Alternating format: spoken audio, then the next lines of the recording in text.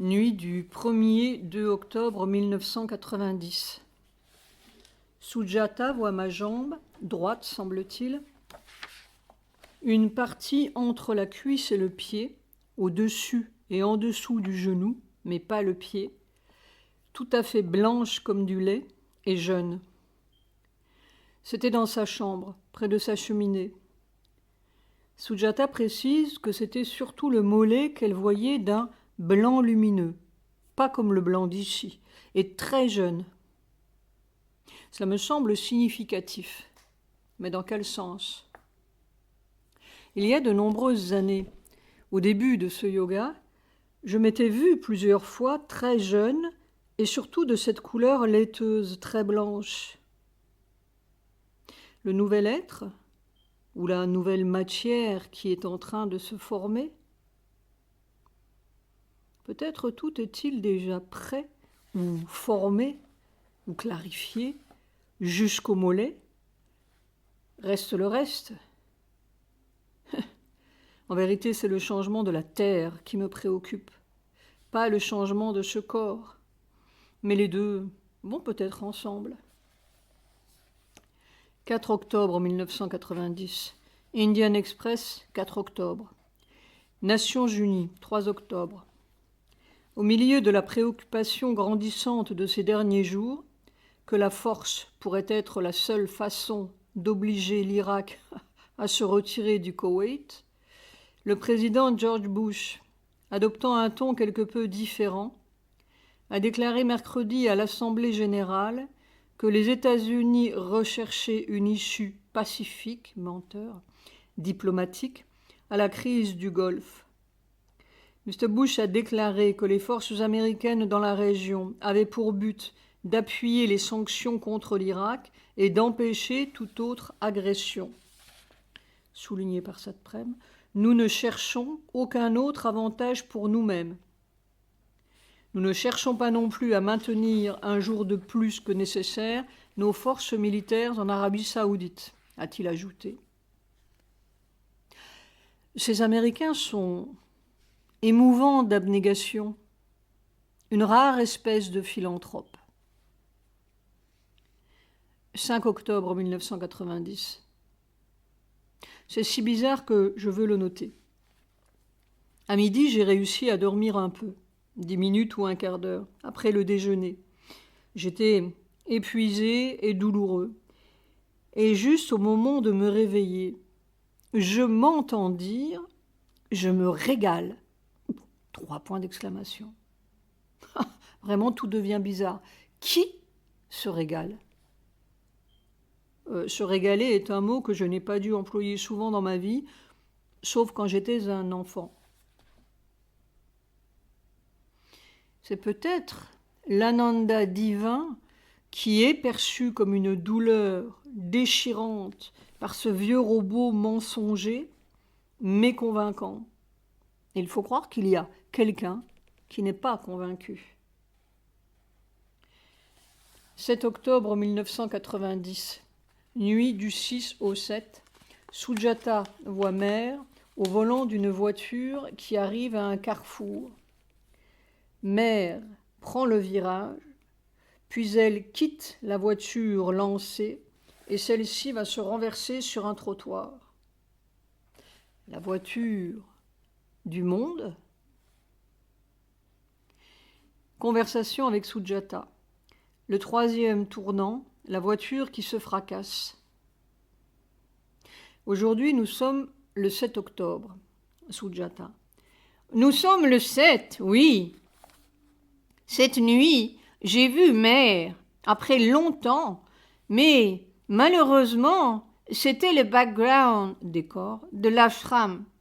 Je ne peux pas dire l'endroit si c'était l'ashram, mais c'était les gens de l'ashram. Parce que je n'ai pas reconnu du tout l'endroit. Je suis entrée, et puis il y avait une porte et un petit escalier en bois qui montait, et là, juste à l'entrée, j'ai aperçu des gens qui étaient assis, et ils m'ont dit « Allez vite voir mère, il n'y a plus personne maintenant, mère partira tout de suite. » Alors j'ai couru, il y avait une autre fille juste devant moi. J'ai dit, le temps qu'elle arrive, je serai là. J'ai donc monté l'escalier, ce n'était pas très haut, peut-être une douzaine de marches, et puis à ma gauche, il y avait une porte. Je suis entrée et je me suis trouvée dans un grand hall. Il y avait beaucoup de gens assis et pas de queue. Vous savez, pour le darshan, etc., comme il y avait de grandes queues, plus personne. Mère pensait qu'elle allait se lever pour repartir. En fait, disons que c'est le hall. Je suis rentrée par ici. Mère était tout à fait à l'autre bout et juste à côté, il y avait une porte. Mère était assise dans un siège cette fois. La porte était à côté d'elle?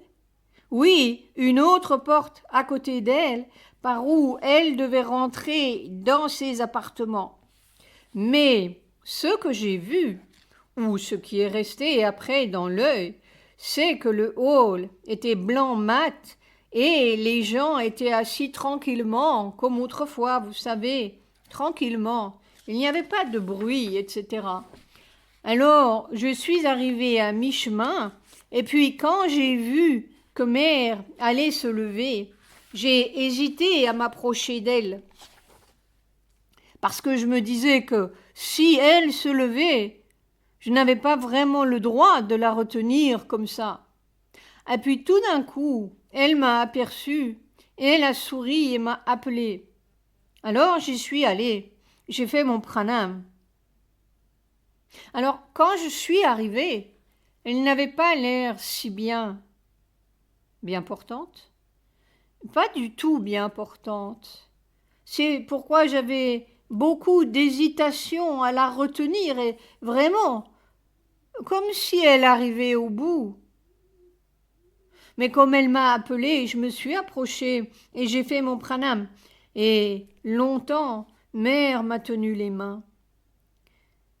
J'ai fait mon pranam sur ses genoux, pas aux pieds, curieusement, aux genoux. Et Mère m'a tenu longtemps les mains. Et puis, comme elle faisait, elle a posé sa main sur ma tête pendant longtemps, c'était... Et quand elle a enlevé la main, j'ai compris. J'ai relevé la tête. Et c'est à ce moment qu'elle m'a tenu les mains, les deux mains. Et puis, elle est restée. Elle était habillée tout en blanc, toute souriante. Et tout d'un coup, j'ai réalisé que maintenant elle allait bien. Elle n'était pas vraiment bien. Et maintenant elle allait tout à fait bien.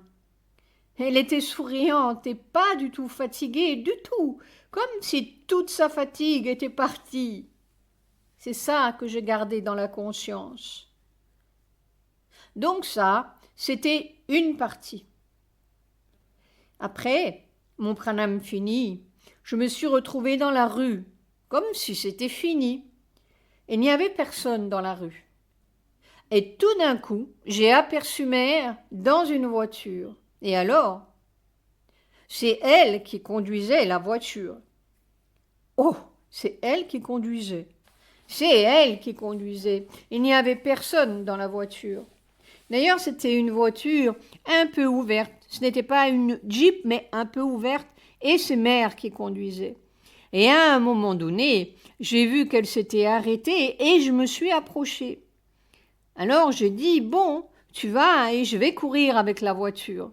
J'avais quelque chose dans les mains, Sujatari, et je pose et puis je viens. Je disais ça à Mère.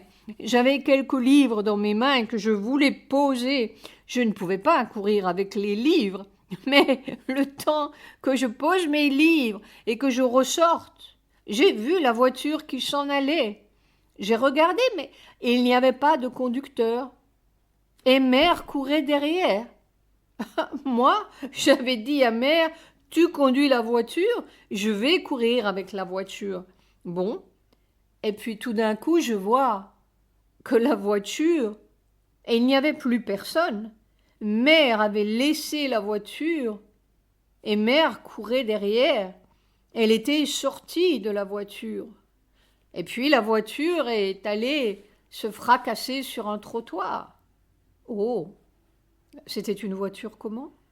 Ce n'était pas une Jeep, c'était une voiture, une automobile, c'est tout ce que je peux vous dire. Grande?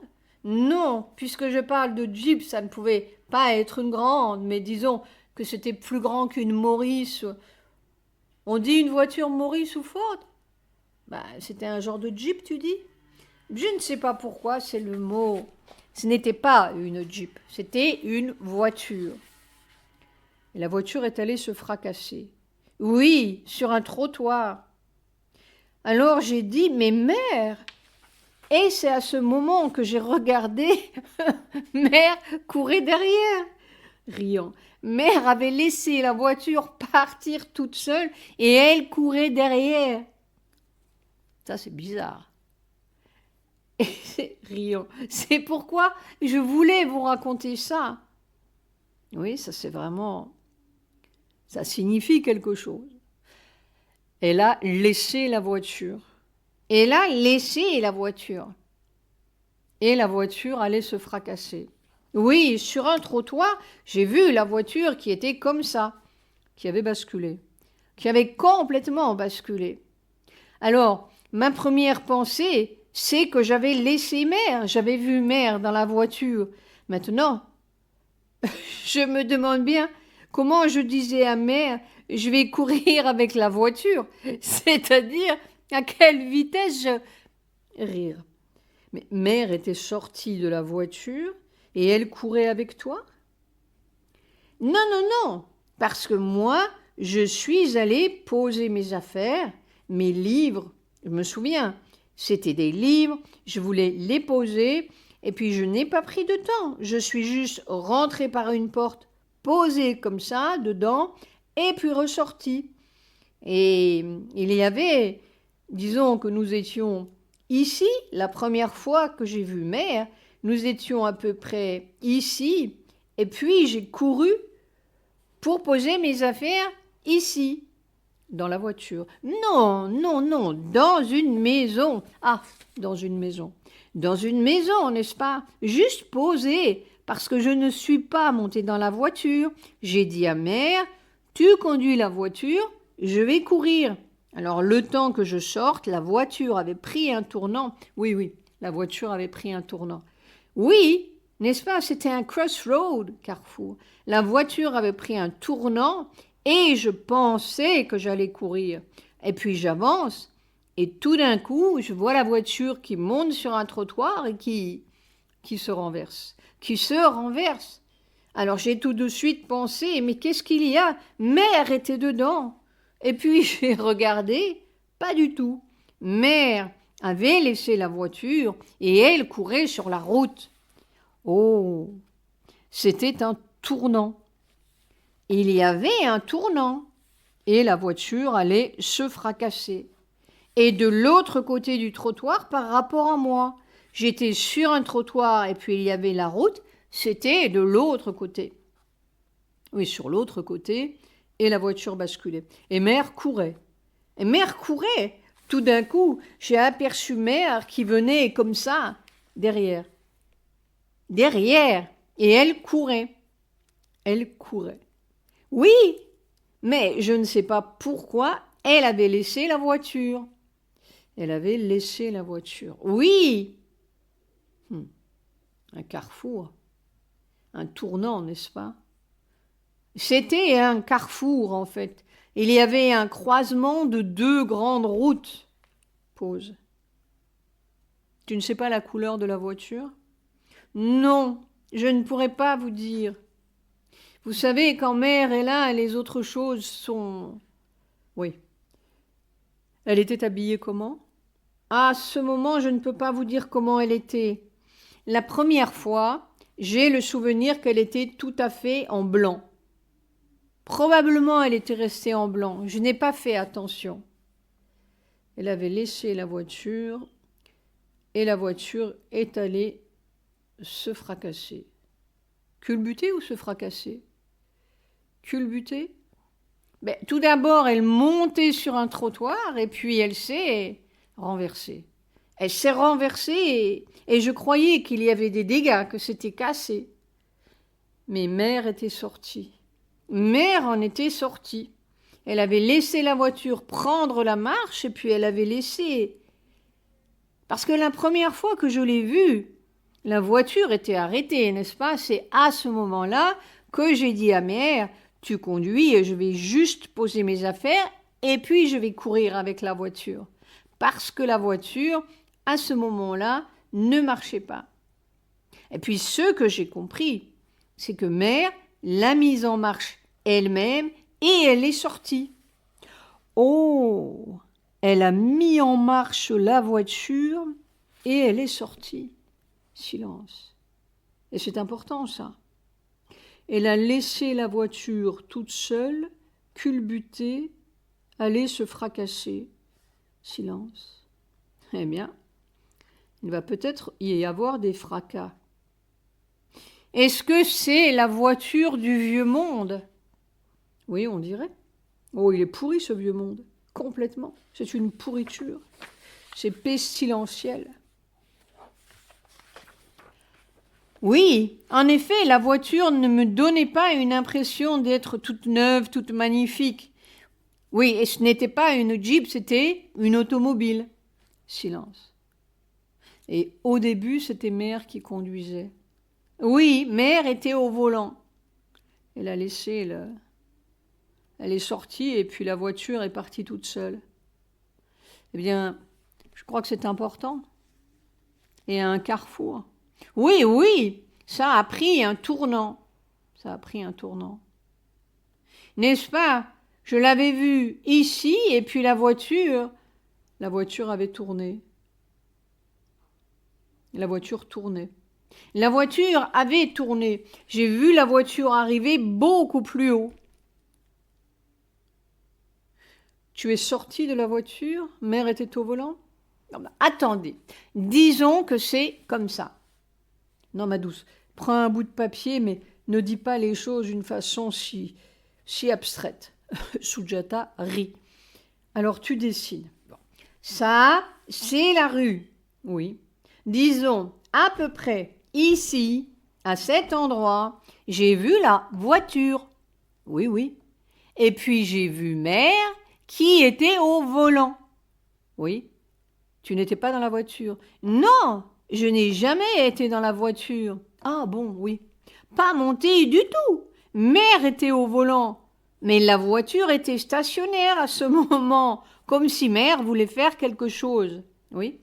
À ce moment, j'ai dit à Mère, bon, je vais juste poser mes affaires et puis je vais courir avec ta voiture.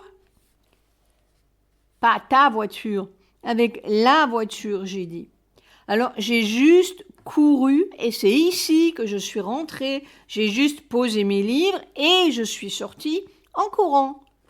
Oui. Bon, dès que je suis sortie, disons que c'est une maison et c'est le trottoir où je suis sortie. Alors, en sortant, j'ai vu la voiture qui arrivait comme ça, qui venait d'ici, dans cette direction. Et je suis arrivée ici, à ce moment, j'ai vu que la voiture était montée sur le trottoir et puis c'était renversé. Renversé. Renversé.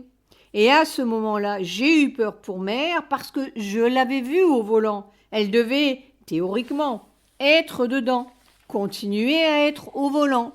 Oui. Et pas du tout. J'ai vu Mère tout d'un coup venir là, vous voyez?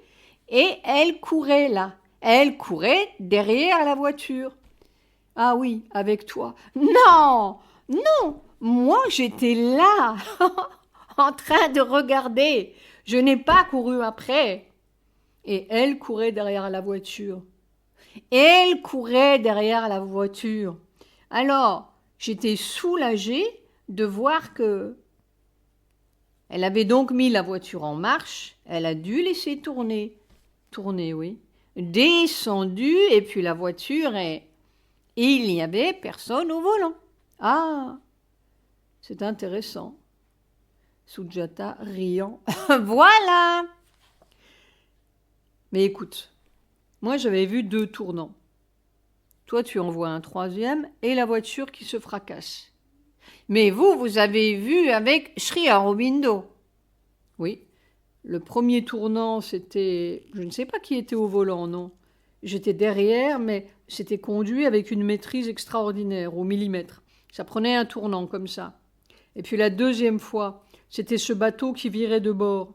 Et alors là, acrobatiquement, et puis toi, tu vois encore un carrefour.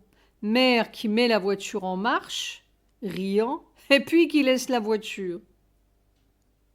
Elle avait pris le tournant quand elle a laissé la voiture. Elle avait pris le tournant et puis laissé la voiture.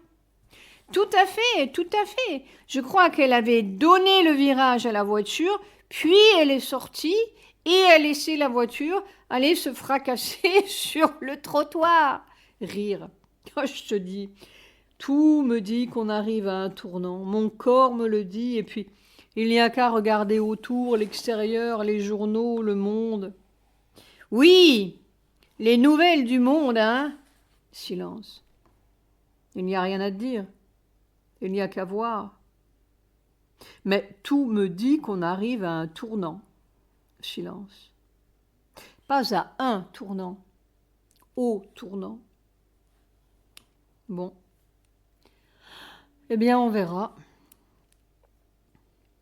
Indian Express, 7 octobre. La puissance militaire de Bagdad est prodigieuse, avec la 5e plus grande armée après la Chine, l'Union soviétique, les USA et l'Inde, et la plus puissante force militaire parmi les pays arabes. Entre 1984 et 1988, l'Irak a importé des systèmes d'armement majeurs pour une valeur de 16 milliards 0,5, dont 28% en italique par Satprem, de France, et à hauteur de 47% d'Union soviétique. Avec l'Iran, le Pakistan, l'Égypte et l'Arabie saoudite, l'Irak a représenté presque 90% des exportations d'armes de la Chine.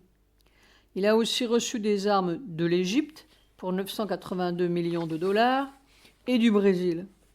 En fait, les exportations vers l'Irak sont devenues le pilier de la base industrielle militaire de défense de Brasilia, en particulier pour la société Avibras, qui fabrique des systèmes de lancement multiples de fusées, et pour Ngessa, constructeur de blindés.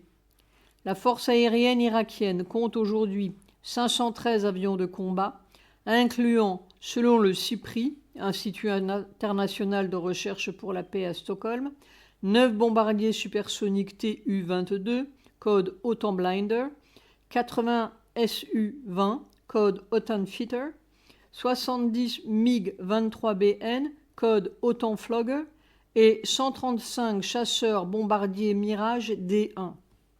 De plus, l'Irak possède 5500 chars de combat et 60 navires de guerre à côté des 275 chars de combat. 36 avions et 30 vaisseaux usurpés à l'émirat koweïtien, et pour ajouter un dard féroce à cette force de combat, l'Irak possède une diversité de missiles et de fusées capables d'être équipés de têtes chimiques et, si nécessaire, nucléaires. C'est cette capacité qui est devenue contrariante pour les armées alliées dans le Golfe Persique, y compris pour les confiants alliés indépendants israéliens. Bien qu'on estime qu'une douzaine d'États du tiers-monde et que 8 pays de l'OTAN et du pacte de Varsovie possèdent des armes chimiques et que la CIA conclut qu'au moins 15 pays en voie de développement produiront leurs propres missiles balistiques d'ici l'an 2000. Le potentiel de combat de Bagdad se révèle considérable. Plus la chimie allemande. C'est une lutte sauvage entre cette loi de fer et la loi divine. Le monde humain est plein de griffes. On dirait que mon corps est en fer. En dépit de tout, je marche vers toi. Quand on voit tous ces étudiants indiens s'immoler, on peut avoir du courage pour que ça change radicalement. Un autre âge. 11 octobre 1990. Indian Express, 11 octobre. Des hommes du Dika mettent à sac le Shankaramut, Tanjavur, 10 octobre. Le Shankaramut, note de bas de page monastère, de Kumbakonam a été mis à sac par des volontaires du Dravidar Kashagam, Dika, et quelques étudiants de l'université d'État masculine des Beaux-Arts de Kumbakonam cet après-midi. Plusieurs livres védiques ont été brûlés et l'érudit Jangaraja Iyengar a été agressé, ses lunettes brisées. Cet incident s'est produit à 12h30 et la police n'est arrivée sur les lieux qu'après 14h. On affirme que les étudiants et les volontaires du DICA ont défilé depuis l'université jusqu'au tribunal d'instance en condamnant la décision de la Cour suprême de suspendre les recommandations de la commission Mandal. La police les a empêchés de brûler la copie de l'arrêt de la Cour suprême. En revenant du tribunal après avoir manifesté, environ 50 volontaires du DK et quelques étudiants sont entrés dans le Shankaramut et ont commencé à jeter tout en l'air dans le mout. Certains hommes du DK ont agressé Sri Rangaraja Iyengar. Ils ont mis le feu à certains livres védiques. L'incident a engendré la panique dans l'enceinte du mout et on a vu les érudits s'enfuir pour aller se mettre en sécurité. M.R.N. Swamy, superintendant de police à Tanjavur, a déclaré à l'Indian Express que des hommes du DK et des étudiants avaient été retenus dans le cadre de cet incident. Monsieur Vivek Harinarayan, le préfet, campe dans la région de Manargoudi et n'a pu être contacté pour ses commentaires.